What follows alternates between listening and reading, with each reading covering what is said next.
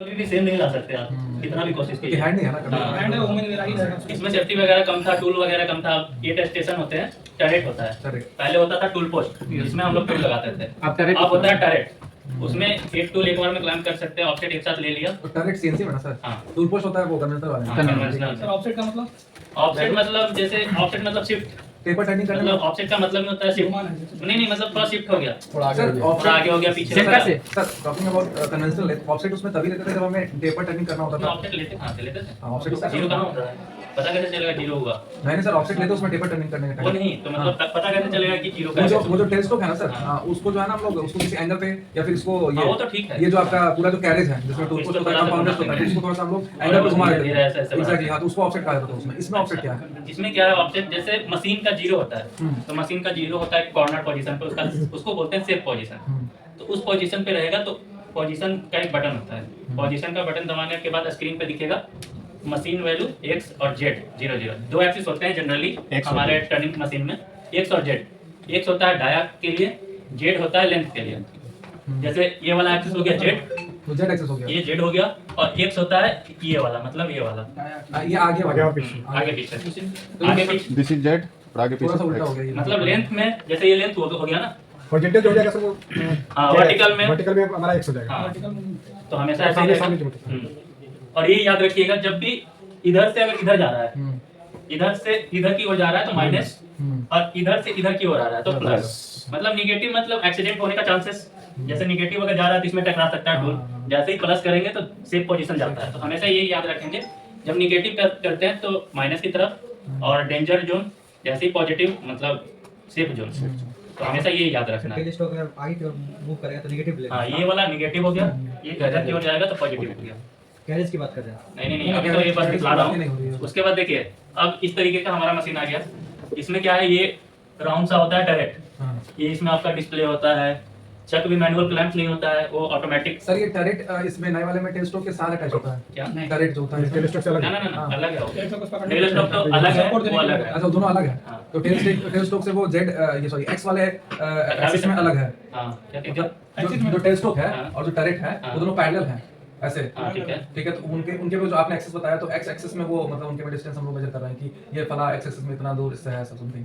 Jet axis में नहीं, Z तो ये हो गया ना इसमें सामने ऐसे। क्या करना चाह रहे हैं? अभी हमने एक्सेस समझाया ना सर हाँ, अभी ठीक है। आपने। तो एक्स एक्सिस ये वाला हो गया आगे हाँ, हाँ, पीछे, हाँ। और जेड ये हो गया। हाँ। तो ये एक्स एक्सिस में ना ये दोनों के बीच में गैप है, ये जो हाँ, हाँ, टरेट और टेल स्टॉक के बीच में हाँ, gap है। तो वही पूछ रहा हूँ सर। ठीक है। ये देखिए, आपका मशीन का लुक इस तरीके का होता है। यहाँ पर दो पैड होते हैं, इसको प्रेस करने पे आपका टेल स्टॉक आगे की तरफ फॉरवर्ड डायरेक्शन में मूव होगा, फिर वापस फिर से दबाएंगे तो फिर से वापस आ जाएगा। होल्ड करने के लिए। हाँ, जैसे लॉन्ग, जब भी लॉन्ग जॉब वर्क पीस होता है ना, L/D रेशियो 3 से ऊपर रहेगा, 3 से 6 के बीच, तो आपको टेल स्टॉक का यूज करना चाहिए। जिससे कि जितना भी मतलब क्या होता है ना, ओवरहैंग ज़्यादा हो जाता है ना। सपोर्ट के लिए देते हैं। हाँ, तो ओवरहैंग ज़्यादा हो जाने पे वो ऐसे ऐसे घूमने लग जाता है, कॉन्सेंट्रिक नहीं घूमता है आपका जॉब। उसके लिए हो जाते हैं। हाँ, तो उसके लिए वो टेल स्टॉक का सपोर्ट दे देते हैं, तो उससे क्या है एकदम प्रॉपर घूमता है, एकदम कॉन्सेंट्रिक। और ये है आपके चक के लिए पहला वाला, इसको प्रेस करेंगे तो वो उसका खुलेगा ओपन और होता है, बंद होगा। जॉर्ज बाहर की तरफ आता है, खुलता है। जैसे ही फिर से प्रेस करता है तो ऐसे पकड़ करके लेता है। आगे की तरफ मूव होता है, तो होल्ड कर लेता है। तो उसको पहले सेट किया जाता है LMT से, मतलब अपना डाया के हिसाब से। जैसे अभी सेट है अभी मशीन में इस डाया के हिसाब से। अब मान लीजिए अब इसको क्लाइंब करना है तो इसके हिसाब से फिर से सेट करना होगा, क्योंकि कुछ लिमिट होता है कि 2 4 5 mm मूव हो रहा है, मतलब 5 या 10 mm। तो ये 40 mm का है ये, तो 10 mm मूव होगा। अब ये कहाँ बहुत कम हो गया, तो इसके लिए फिर से आपको जॉर्ज को थोड़ा थोड़ा शिफ्ट करना होगा LMT से खोल के। एक बार अगर सेट हो गया तो फिर ये वाला डाया बहुत सारे जॉब अलग अलग जॉब को लगा सकते हैं, लेकिन अब इससे कम डाया का यूज करना हो तो आपको LMT यूज करके पहले उसको शिफ्ट करना होगा। हाँ, जॉर्ज को सबको एक ही मतलब वहाँ पर टिप होता है, टिप को काउंट करके सेम डायरेक्शन में उसको सेट करते हैं, उसके बाद इसको क्लाइंब कराते हैं। तो ऐसा रहेगा प्रोफाइल, वहाँ सामने करके दिखलाऊंगा।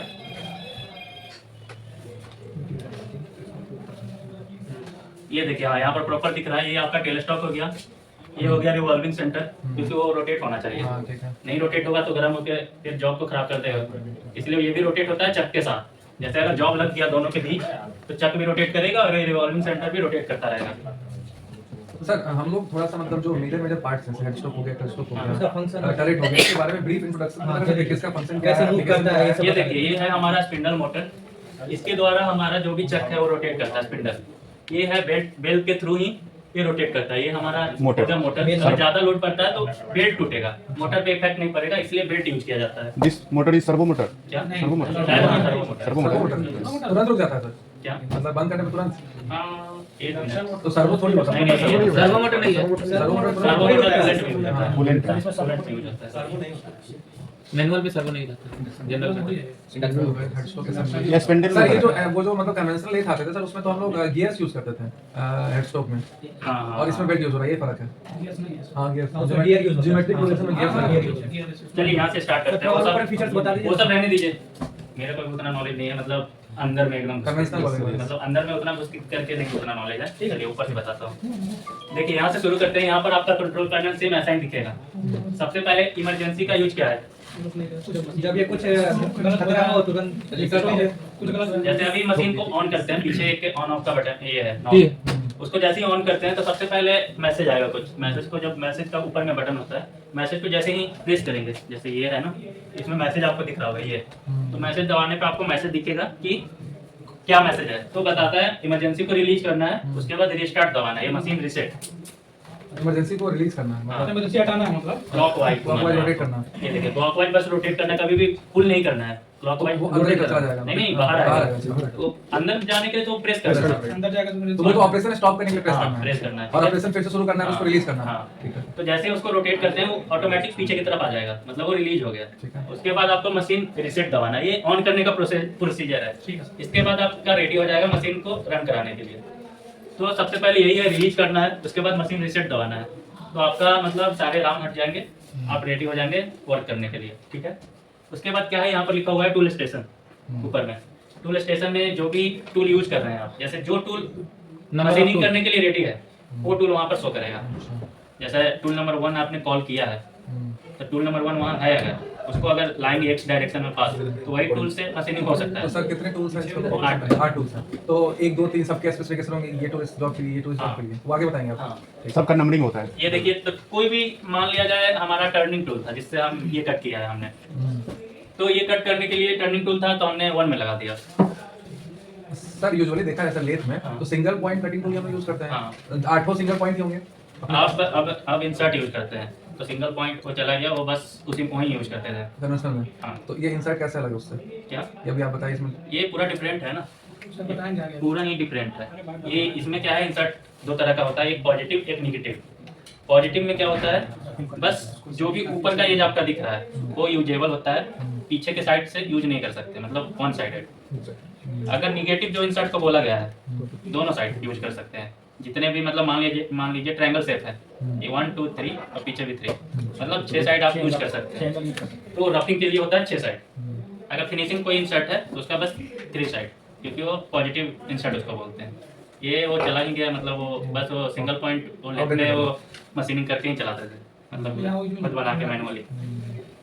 ये हो गया। उसमें क्या है, फिर दूसरा वाला दिख रहा होगा स्पिंडल लोड। इसमें स्पिंडल पे जितना लोड पड़ता है ना वो दिखलाता है। मान लिया जाए आपका इंसर्ट टूट चुका है, फिर भी आप मशीनिंग उसी से कर रहे हैं, तो क्या है उस पर लोड ज़्यादा पड़ता है, उस समय वहाँ पर लोड ज़्यादा परसेंटेज बढ़ने लग जाएगा, आपका 50% तक भी पहुँच सकता है। ये जनरली देखा गया जब थ्रेडिंग होता है ना तब ज़्यादा लोड पड़ता है। थ्रेडिंग यस सर थ्रेड होने हाँ, तो सबसे ज़्यादा तभी लोड पड़ता है, तब उस समय ही उसमें लोड दिखता है। नहीं तो ऐसे जस्ट मतलब एक के जो ये दिख रहा है ना, एक पट्टी पहली तक ही जाती है, उससे कभी ऊपर जाती ही नहीं। थ्रेडिंग में बस थ्रेडिंग में ही 50% तक या 40% तक जाती है। ठीक है, वो हो गया। उसके बाद है चक क्लैंप, चक डिक्लैंप दिखा रहा है ना। चक मतलब पकड़ना और छोड़ना। जो जब पकड़ेंगे और रिलीज जब चक क्लैंप रहेगा तो ग्रीन जलता हुआ रहेगा, पकड़ा हुआ है। जब चक डिक्लैंप तो रहेगा तो आपका रेड वाला जलता रहेगा। तो जैसे आपको चक रोटेट कराना है तो हमेशा कंडीशन क्या होता है, चक क्लैंप की स्थिति में होना चाहिए। अगर नहीं है तो आपने कोड भी डाला नहीं चलेगा, तो आप सोचेंगे क्यों नहीं चल रहा, दिमाग इधर उधर घुमाते रहेंगे। तो सबसे पहले यही देखना है चक क्लैंप है कि नहीं है, उसके बाद ही कुछ और करना है। उसके बाद जैसे वो पावर ऑन है, पहले आपने पीछे से इलेक्ट्रिसिटी इधर उधर से दे दिया, ऑन कर दिया पीछे से ऑन नहीं भी करते हैं पहले। हाँ, पीछे से ऑन कर देने के बाद यहाँ पर वो दिखने लग जाएगा आपको पावर ऑन है, मतलब पीछे से नॉब को ऑन करते हैं यहाँ पर दिखने लग जाएगा, मतलब इसमें इलेक्ट्रिसिटी आ चुकी है, अब आप ऑन कर सकते हैं। उसके बाद यहाँ पर CNC लिखा हुआ है, ये इससे ऑन होगा, इससे बंद होगा, मतलब इसको दबाने के बाद जैसे पीसी को कोई एक बटन दबाते हैं ना हाँ। तो ऑन होता है, वही है। उसके बाद ऑफ करने के लिए इसको प्रेस करते हैं तो बंद हो जाता है। इमरजेंसी दबाने से तो बंद नहीं होता, चालू ही रहता है। सिर्फ रुक जाता है, बस कोई कंट्रोल कोई की दबाने से कोई काम नहीं करेगा कुछ। अपंग हो जाता है। तो वही है, ये ग्रीन दबाने से ऑन होगा। जैसे पीसी हमारा 1 मिनट का टाइम लेता है ना, थोड़ा बूट वगैरह ये होता है, तो वैसे ही ये भी टाइम लेगा 1 मिनट का।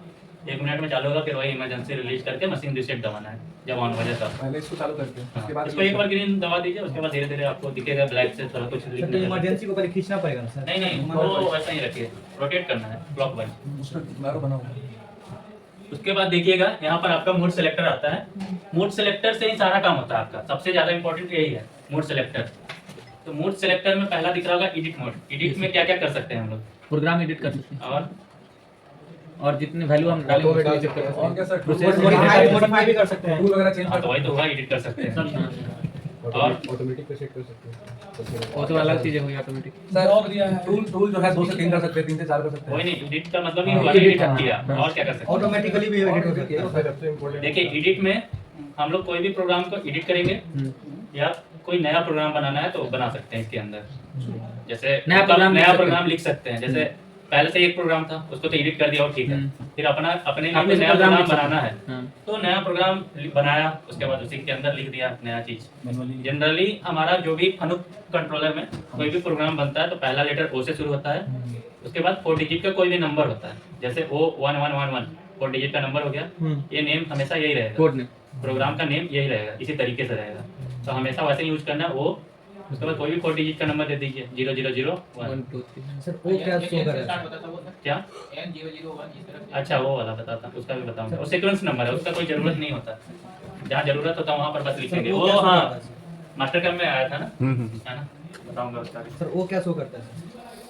वो से क्या था, वो से कुछ नहीं है उनका, बस वो नाम है कि उनका वो पहले लिखना है फनुक के लिए, उसके बाद 4 डिजिट का कोई भी नंबर लिखना है। उसका कोई वैसा मीनिंग नहीं है।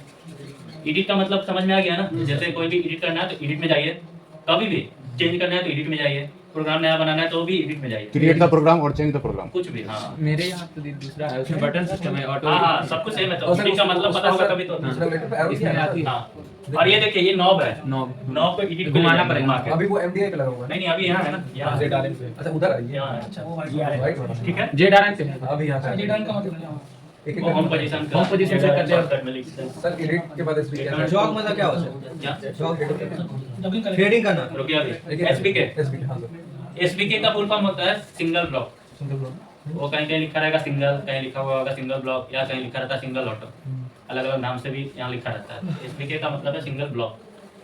तो सिंगल ब्लॉक का क्या यूज है, जैसे प्रोग्राम बहुत सारे लाइन का होता है, जैसे देख लिया आपने 1 लाइन 2 लाइन। मास्टर कैम में देख लिया ना, एक लाइन को एक ब्लॉक बोलते हैं। तो ऐसे ही उतने सारे लाइन बने। अब जैसे ही साइकिल स्टार्ट ऑटो में ले जाके साइकिल स्टार्ट दबाएंगे तो एक लाइन चलेगा, फिर से दबाएंगे तब दूसरा लाइन चलेगा, फिर से दबाएंगे तब तीसरा चलेगा। ऐसे है सिंगल ब्लॉक का ये यूज तो है। दबाते क्या है वो? ये नाउ घुमाते हैं। अच्छा साइकिल स्टार्ट साइकिल स्टार्ट को प्रेस करेंगे, उसको पोजीशन पे लाके फिर इसको प्रेस करना। ऑटो मोड पे ले जाएंगे, साइकिल स्टार्ट प्रेस करेंगे, ऑटो मोड मतलब हमेशा तो वहीं रहेगा, फिर बार बार आपको हर लाइन पे दबाना होगा। सिंगल एसबी के एसबीके में रहेगा तो सर उसको रोटेट करेंगे सर, मोड सिलेक्टर में। हाँ, मोड सेलेक्टर को रोटेट कर करके उस जगह पे रखेंगे। ऑटो में लाके फिर यहाँ पर हाँ। साइकिल करंट में नहीं नहीं नहीं, अभी ऑटो नहीं, सॉरी गलत हो गया। आप ही बोले एसबीके पे ही रखेंगे हाँ, SBK पे। और साइकिल स्टार्ट दबाते रहेंगे। दोनों का मतलब वही है।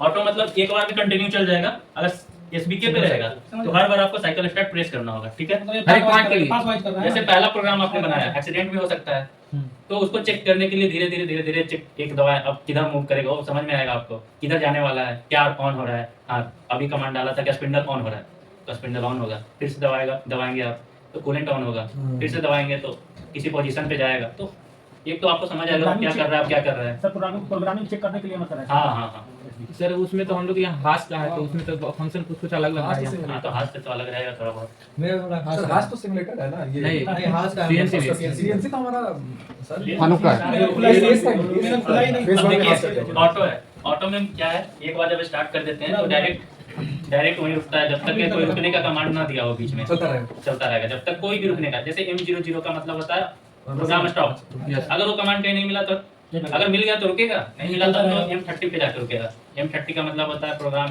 एंड रिवाइंड, तो फिर से स्टार्टिंग पोजीशन पे खत्म होके रुक जाता है। ठीक है, उसके बाद क्या है MDI। MDI का फुल फॉर्म होता है मैनुअल डाटा इनपुट।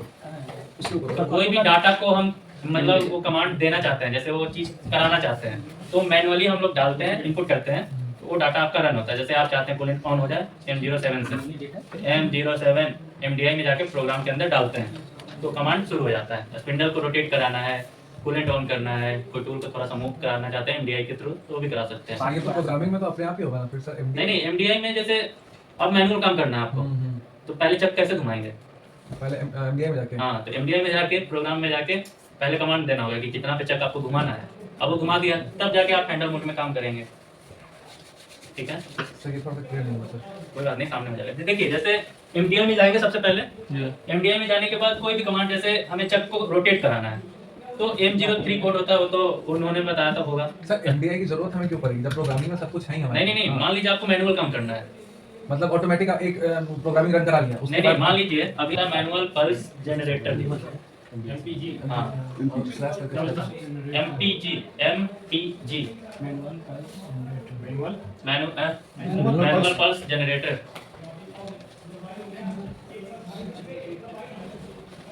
इसमें क्या है, इसको या तो हैंडल भी बोल सकते हैं, हैंडल, या हैंड व्हील बोल सकते हैं, या MPG बोल सकते हैं, तीनों बोल सकते हैं। इसमें क्या है, MPG पे X लिखा हुआ है और Z लिखा हुआ है, हैंडल का सिंबल भी बना हुआ है वहाँ। ठीक है, तो इससे क्या है, ये कंट्रोल होता है, मतलब ये वर्क करेगा। जैसे X पे अगर गए तो X का मूवमेंट होगा आगे पीछे, माइनस और प्लस करने पे। Z पे जाएंगे तो Z का मूवमेंट लेंथ में आपका वर्क करेगा।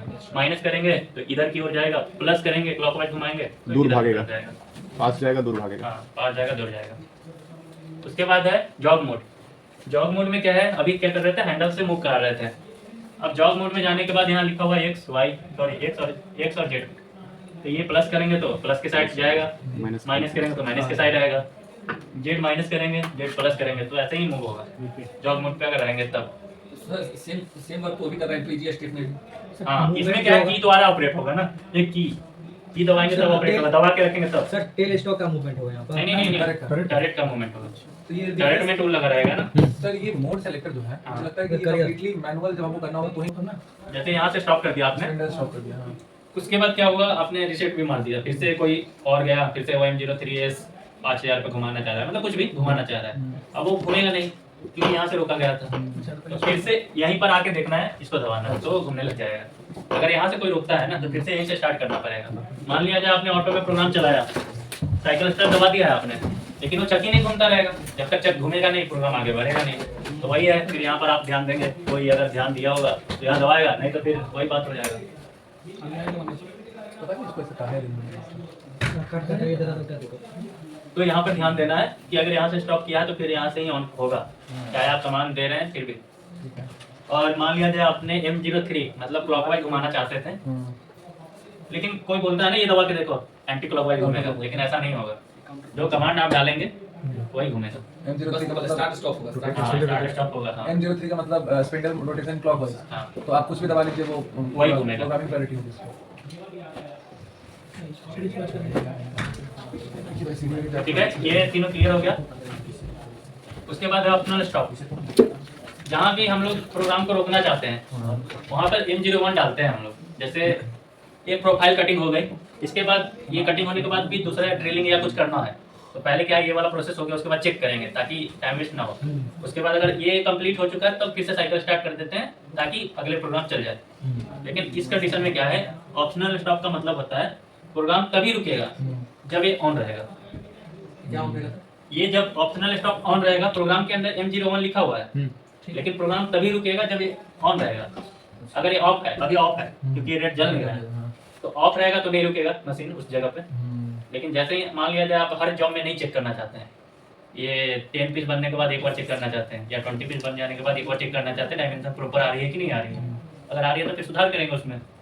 तो क्या होता है, जिस समय रुकना होता है किसी को, तो इसको ऑन कर देते हैं, उस समय रुक जाता है, उस समय चेक वगैरह कर लेते हैं मशीन के अंदर ही, क्योंकि जॉब निकल जाने के बाद फिर से लगाना पॉसिबल नहीं है, सेम जगह वो नहीं घूमेगा। मतलब सर ये बीच में कहीं हम इसको देख लेंगे कि भाई सही काम हो रहा है नहीं हो रहा है। बीच में अगर रोकना है, बार बार नहीं रोकने की जरूरत है। वहाँ पर लोग M01 का यूज करते हैं, और जहाँ जरूरत है कि हर जॉब पे ही हम लोग को रोकना ही रोकना है, हर बार चेक करना ही करना है, तब लोग यूज करते हैं वहाँ पर M00। तो उसमें कोई भी की का यूज नहीं होता, वो कंटिन्यू हर बार रुक जाता है, फिर से साइकिल स्टार्ट दबाना होता है। तो उसमें टाइम का वेस्टेज है ना। मान लिया जाए इधर कोई फोन में बिजी है, वहाँ रुक चुका है, अब फिर से जब तक साइकिल स्टार्ट नहीं दबाएगा आगे नहीं चलेगा ना वो मशीन। तो उसको तो चेक करना ही है। मान लीजिए नहीं चेक करना है बार बार, उसमें भी M00 गलती से डल गया है, वो कभी कभी चेक करना है, तो फिर भी तो साइकिल स्टार्ट दबाना पड़ेगा। ये ऑप्शनल स्टॉप जो है सर, हाँ। प्रोग्राम कंप्लीट हो जाएगा तब वो रुक के देख सकते हैं। कहीं भी आप M01 जहाँ लगा दिए ना वहीं वो रुक जाएगा, जहाँ लगा दिए आप। Optional stop M01। हाँ, एक की से वर्क करता है, की ऑन रहेगा तब रुकेगा, की ऑफ रहेगा तो नहीं रुकेगा। सर उसका क्या मतलब बताया स्पिंडल CCW में? किधर वो स्पिंडल वाले में क्या बताया? ये देखिए स्पिंडल जैसे आपने क्लॉकवाइज घुमाया है तो ये भी दबाने पे क्लॉकवाइज ही घूमेगा, ऐसा नहीं है कि एंटी क्लॉकवाइज घूम जाएगा। तो हमेशा अगर M04 दबाते हैं तब काउंटर क्लॉकवाइज घूमेगा। और सर ये प्रोग्रामिंग जो है, जो जी कोड एम कोड है, वो हम लोगों को मतलब याद रख करने के बाद अगर स्टार्ट करना हो तो क्या करेंगे? साइकिल स्टार्ट तो आगे का प्रोग्राम चलने लग जाएगा। उसके बाद वो रुक जाता है, वो रेड कलर का ये जो दिख रहा है साइकिल स्टॉप स्टॉप, ये जल जाएगा, मतलब वो स्टॉप हो चुका है। सो ऑप्शनल स्टॉप पे ये भी चलेगा, वो भी चलेगा, वो उसका रेड भी चलेगा ना। हाँ, ये रेड जलेगा तभी वो वर्क और करेगा। इधर भी ये रेड जल जाएगा, हाँ। तो उसको डिसएंगेज करने के लिए फिर साइकिल स्टार्ट। हाँ। ठीक है। एक है ब्लॉक डिलीट, जैसे जो लाइन आपको नहीं चलानी है, मान लिया जाए बहुत सारे वर्कपीस थे आपके पास, उसमें कुछ में पहले से वो मशीनिंग हो रखी है, जो मशीनिंग बाकियों में भी होने वाली थी, और वो बीच बीच में एकाएक वो आ जाता है, एकाएक मतलब गलती वो बीच बीच में मिक्स हो चुका है, वो भी आ जा रहा है साथ में।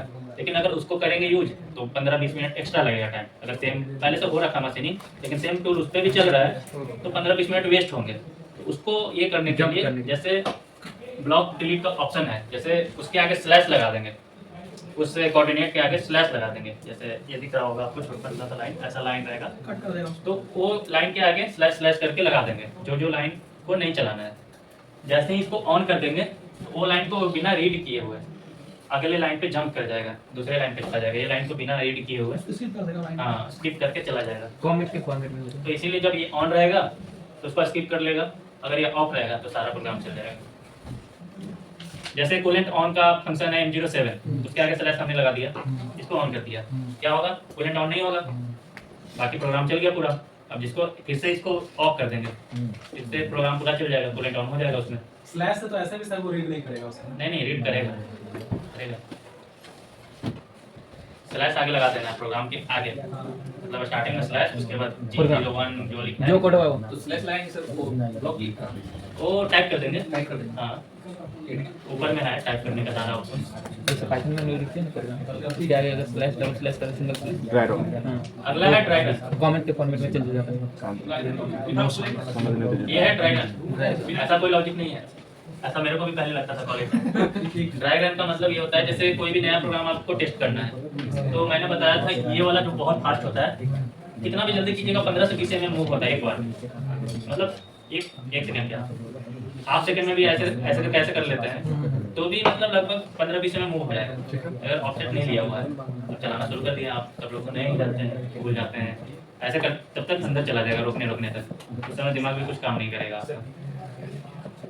तो क्या होता है उस समय अगर इसको ऑन कर देते हैं तो ये इस पे वर्क नहीं करेगा, तो इसको आप 0 कर सकते हैं, उसके बाद सिर्फ इस पे वर्क करेगा।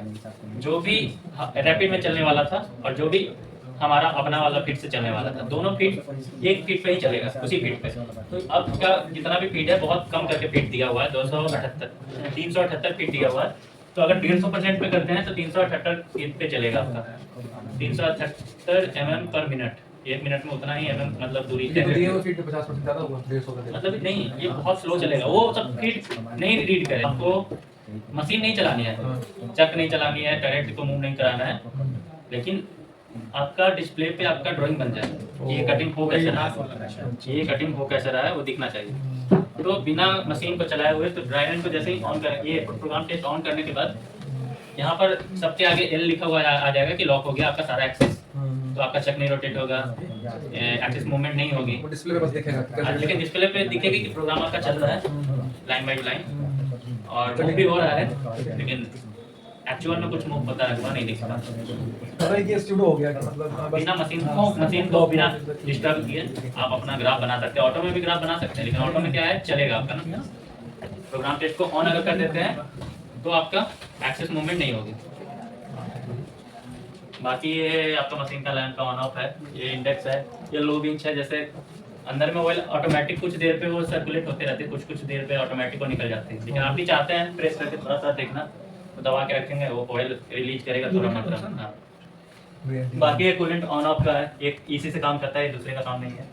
तो एक ऑन है, बाकी कुछ कुछ फंक्शन है इसमें सर जो इस lubricant- मशीन में नहीं है, सर इसी लुब्रिकेंट मशीन 2 में लिखा हुआ है नहीं यहाँ पर, क्या? नीचे में लुब्रिकेंट 2 लिखा हुआ है। उसका भी यूज नहीं है, वन से ही काम होता है। ये हो गया conveyor forward, conveyor reverse. Conveyor ये हमारा में कन्वेयर नहीं है, अच्छा है जो वो ऐसे actually बाइक कुछ लिखा कार है। की हम लोग खरीद लेते हैं। एक होता है बेस वर्जन, Base एक होता है पूरा एकदम एडवांस। तो जितना पैसा देते हैं उसी के हिसाब से जुड़ता है। तो Advance ये का ये दो वही साल सब बाद- लगा देते ऊपर में एक्सिलरी फंक्शन लिखा ही है सब, वो क्या? एक्सिलरी चीजें हैं वो ऊपर लिखा ही है उसके हाँ। Axillary functions. तो जैसे ही हम लोग एक्स्ट्रा चीज चाहते हैं तो एक्स्ट्रा पैसा देना होता है।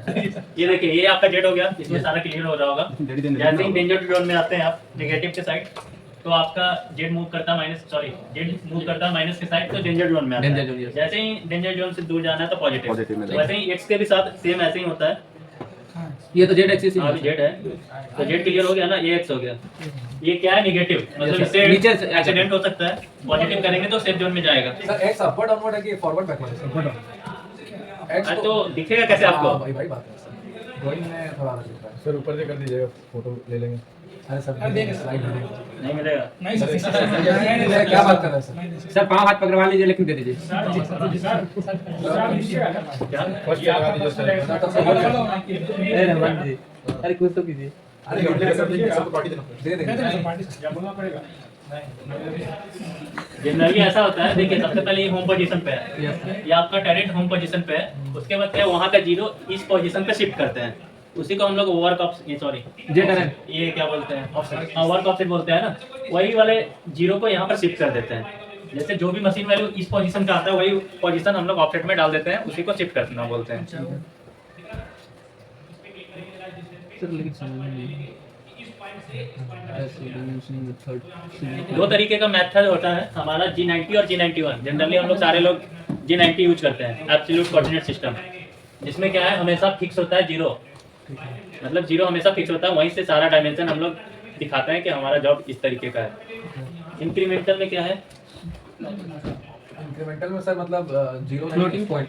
मान लीजिए मशीन सर वो क्या बोलते हैं, हर बार उसका जीरो क्या बोलते हैं, स्टार्टिंग पोजीशन चेंज होता रहता है, ऑर्डिंग पोजीशन चेंज होता मान है। लीजिए सर डायरेक्ट किया कुछ मशीनिंग किया और फिर वो होम पोजीशन में नहीं गया, फिर वहीं उसको जीरो कैसे कैसे जैसे कि मान लीजिए मेरा घर है वर्क लोकेशन, ठीक है, तो हम रोज जाते हैं घर से अपने वर्क लोकेशन आते जाते हैं, घर आए तो होम पोजीशन हाँ। किसी दिन क्या आगे अपने पेज हो गए मान लीजिए बीच में, क्या मतलब है, एग्जांपल ये देखिए एब्सोल्यूट का क्या मतलब है, हमारा क्या बोलते हैं, एक अपने तस्वीर को भी ऐड करिए। जीरो हमेशा फिक्स होता है, तो सारा डायमेंशन यहीं से मेजर होता है। जैसे यहाँ से 20 मूव हुआ, तो यहाँ पर लिखा हुआ है P0 से P1 तक 20 मूव हुआ, फिर P0 से P2 तक 40 मूव हुआ, फिर P0 से P3 60 मूव हुआ, तो प्रॉपर आपका जीरो सेम जगह पर है, कहीं चेंज नहीं हुआ, जीरो सेम का सेम ही था।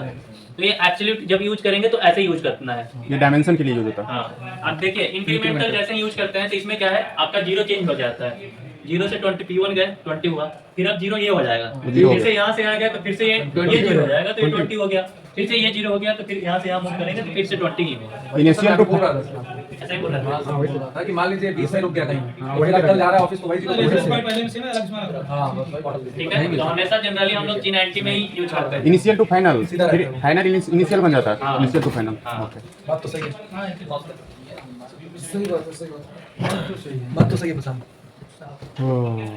ये देखिए, ये मेन पोजीशन। ये हमारा G90 यूज हो रहा है, इसमें आप देख सकते हैं आपका जीरो यहाँ है, हाँ फिक्स है। तो इसमें क्या है 10 - 10, उसके बाद क्या है 30 - 30 आ गया। ये एब्सोल्यूट यूज करेंगे तो ऐसे रहेगा। अगर इंक्रीमेंटल यूज करेंगे फिर वहाँ से तो सबसे पहले क्या है, यहाँ तो जाएगा, 10 ही होगा। उसके बाद ये जीरो हो जाएगा, उसके बाद यहाँ से यहाँ यहाँ से वहाँ का डिस्टेंस डालेंगे। एब्सोल्यूट ठीक है, मतलब इनिशियल काम ये इंक्रीमेंट हो गया। सीधा ही तरह से लेंगे हम रेफरेंस। हो गया ना, अब सर प्रोग्रामिंग भी बताएंगे ना। ये हो गया टाइप्स ऑफ कोड्स। ये है टाइप्स ऑफ कोड, जनरली हम लोग ये सब वर्ड का यूज करते हैं प्रोग्रामिंग लिखने के लिए। यस सर, ये जी से आपने पढ़ा होगा ज्योमेट्री कोड, हमारा कंपनी या अभी जितना भी फन यही पढ़ा रहा है प्रिपरेटरी कोड, ठीक है।